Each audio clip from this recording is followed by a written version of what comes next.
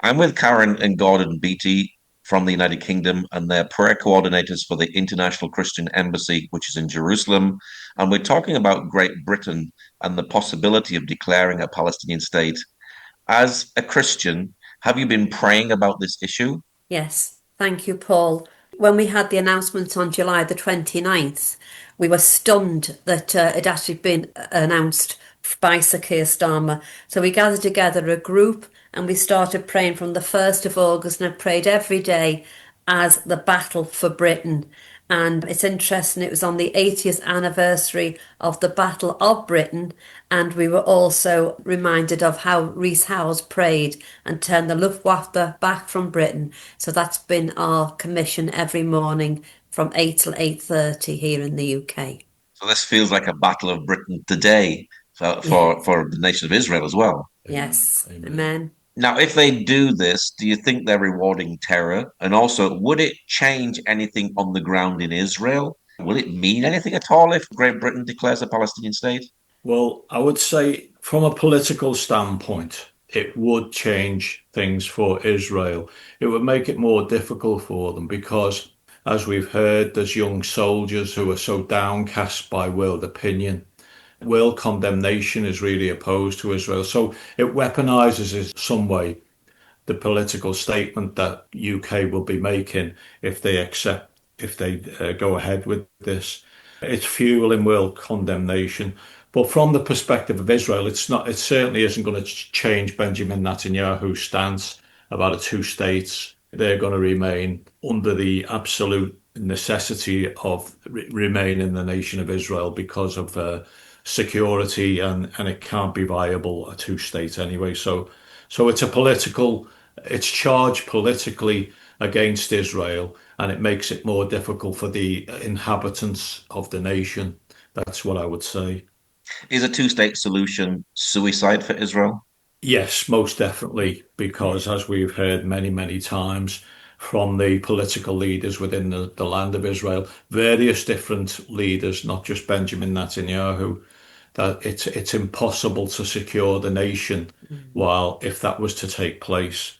And as we've seen quite recently, the last 2 days, again, terror attacks from the Judea, Samaria, the West Bank near there, and Gaza. It's all over. So Israel, it would be impossible for them to secure their inhabitants and their people if it was to take place.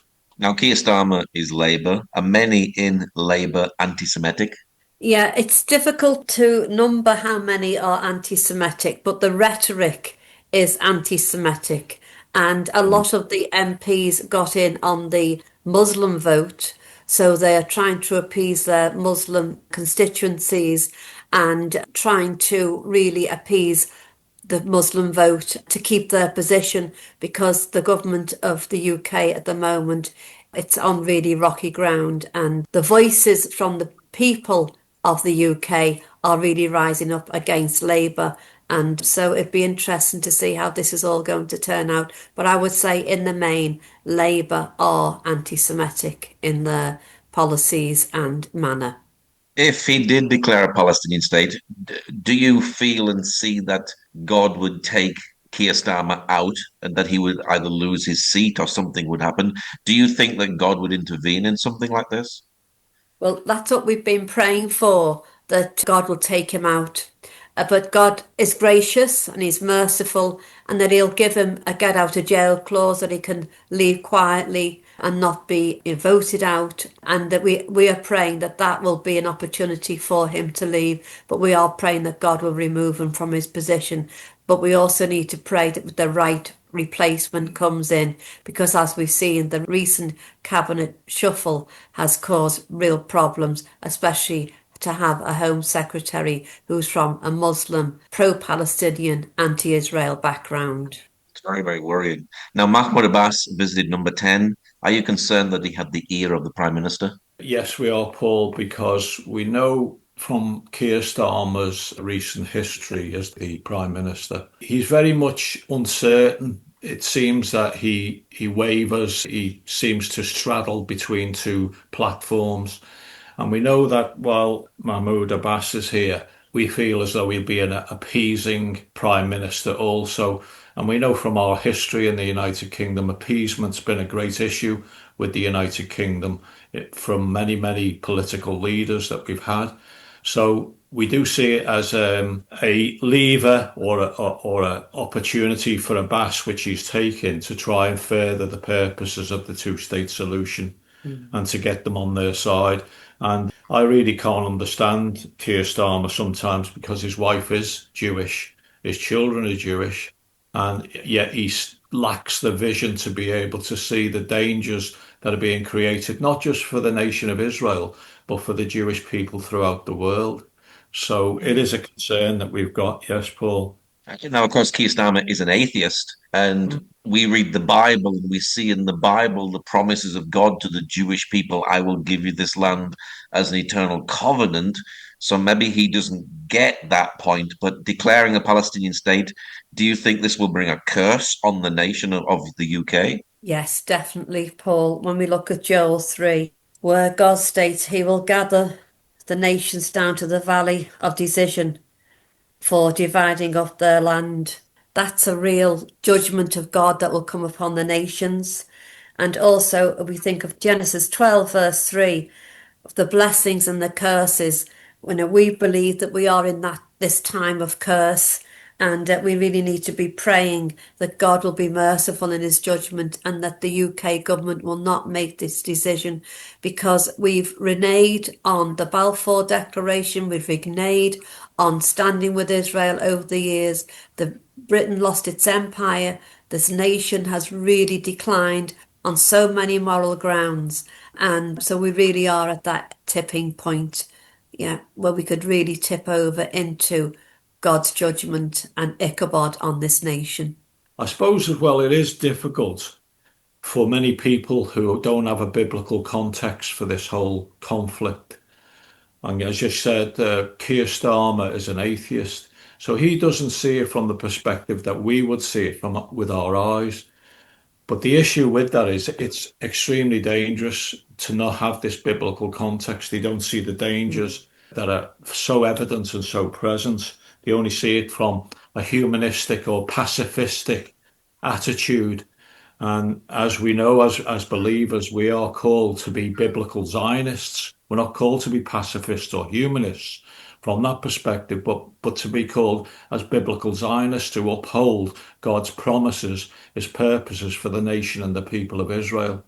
So few and far between are those people who can see it from this biblical context. There are some exceptions, such as Douglas Murray and perhaps others who do, and I don't, as far as I know, they're not believers, but they get the gist of what's happening here, that Israel are facing an existential threat to their very survival as a people and a nation.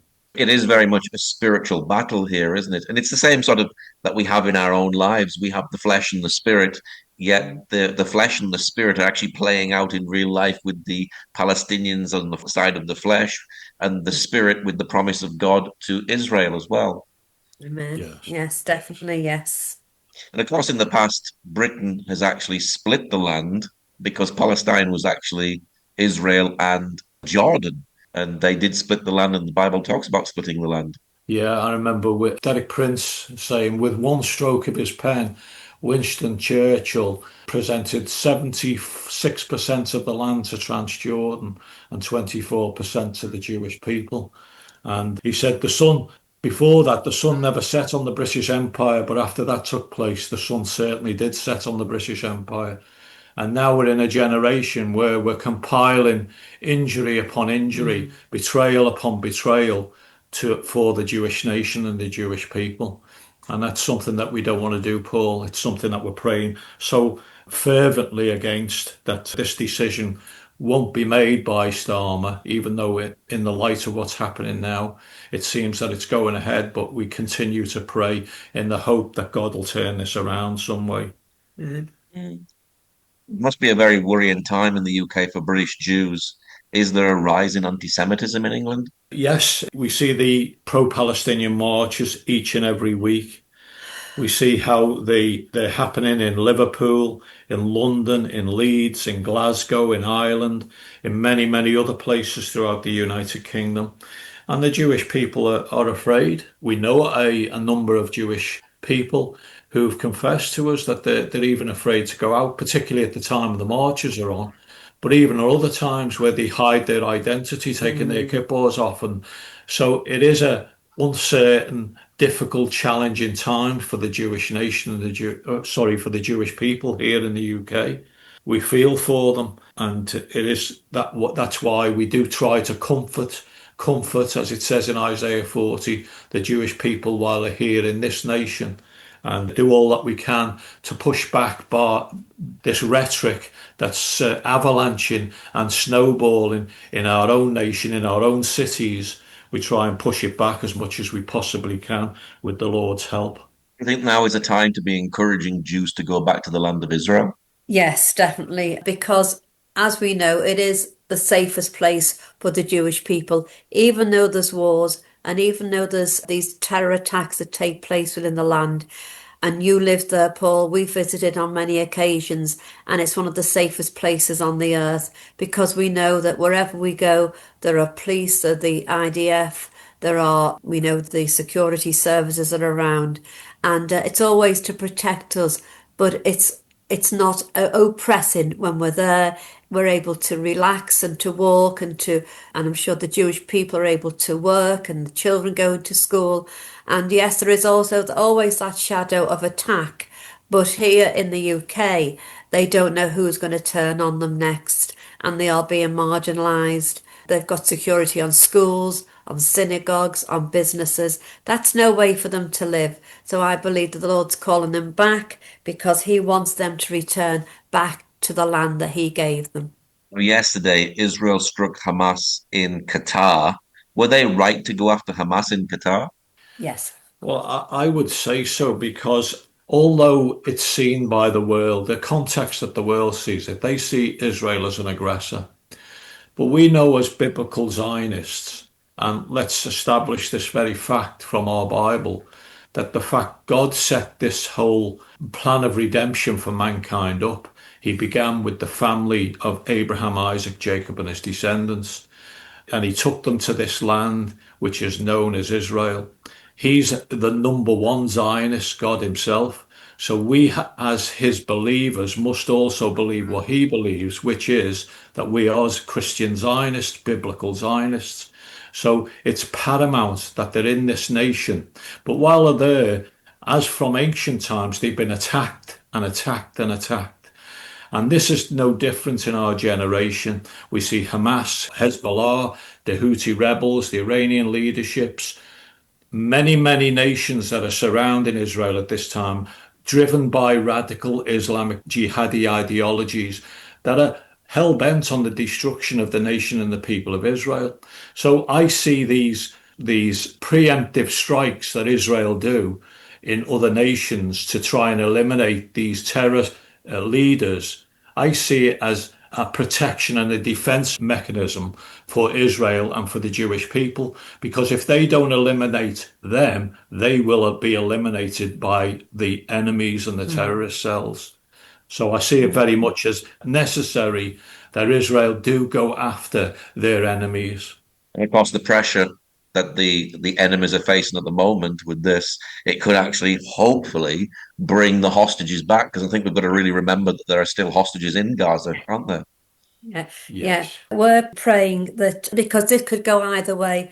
Hamas will either continue to fight or flight, and we're praying that they will decide to put down their arms and realise now there is nowhere for them to go, to surrender the hostages and to surrender the arms, so that the people of Gaza can start to rebuild under a new administration, and that the people of Israel can start to rebuild when they've got their loved ones back, because that'll be the starting point for them to rebuild the nation of Israel.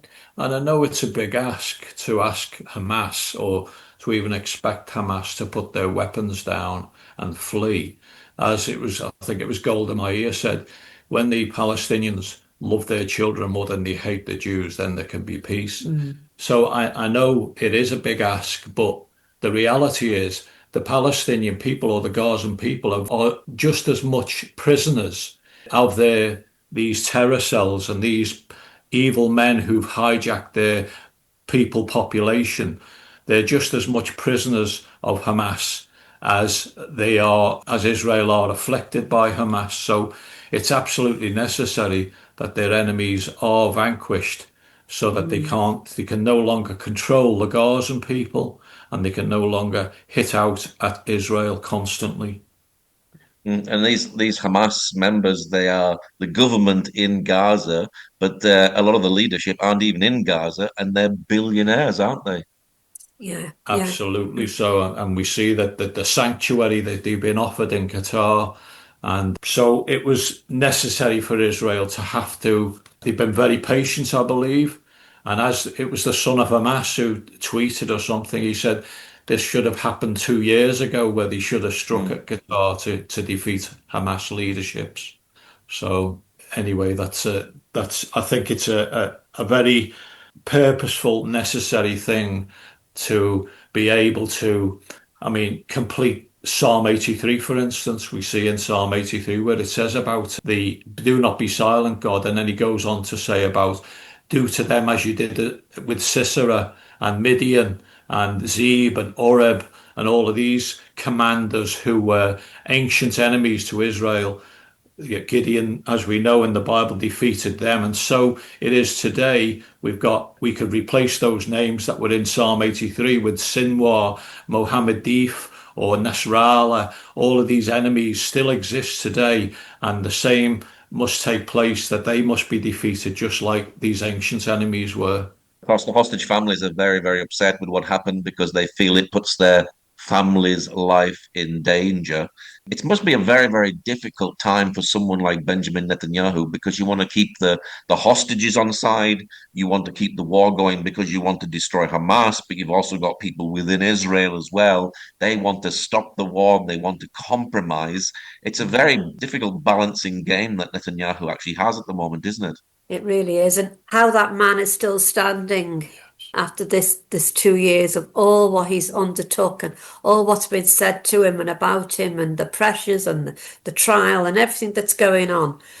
The Lord's really strengthened him for this time. And it must be so difficult because if the hostages weren't in Gaza, this war would have ended nearly 2 years ago. The fact that the IDF is a defence force and it's help searching for the hostages, it's not that they've not done anything for 2 years, and 800 soldiers have lost their lives searching for the hostages and dealing with Gaza.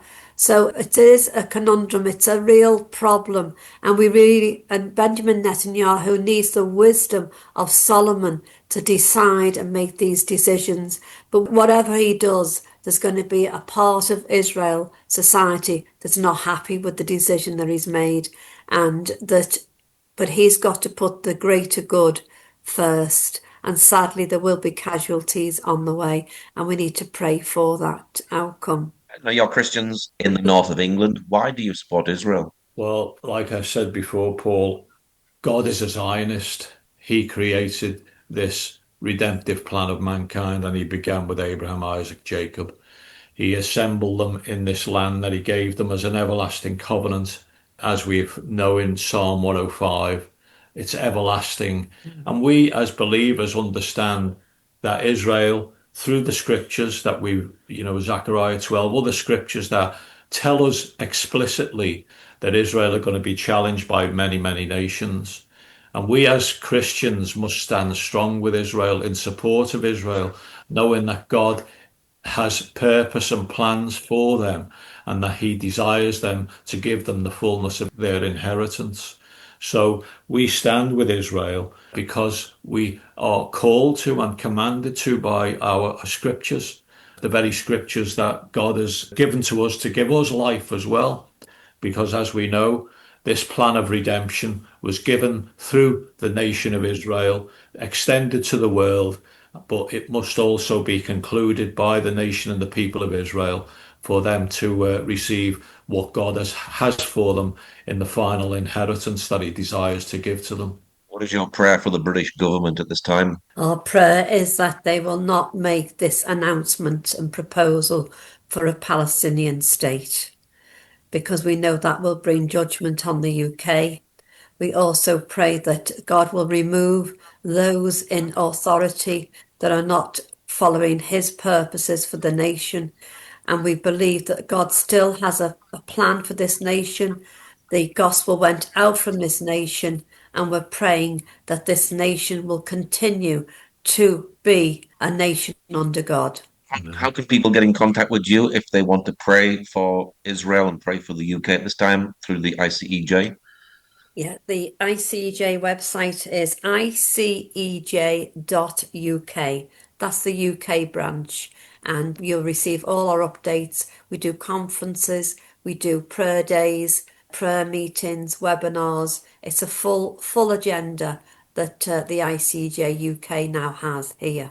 Well, Karen and Gordon, thank you so much for sharing today. Thank you, Paul, for Thank the you, Paul. It's opportunity. been a blessing to be here with you and to share with you. Thank you.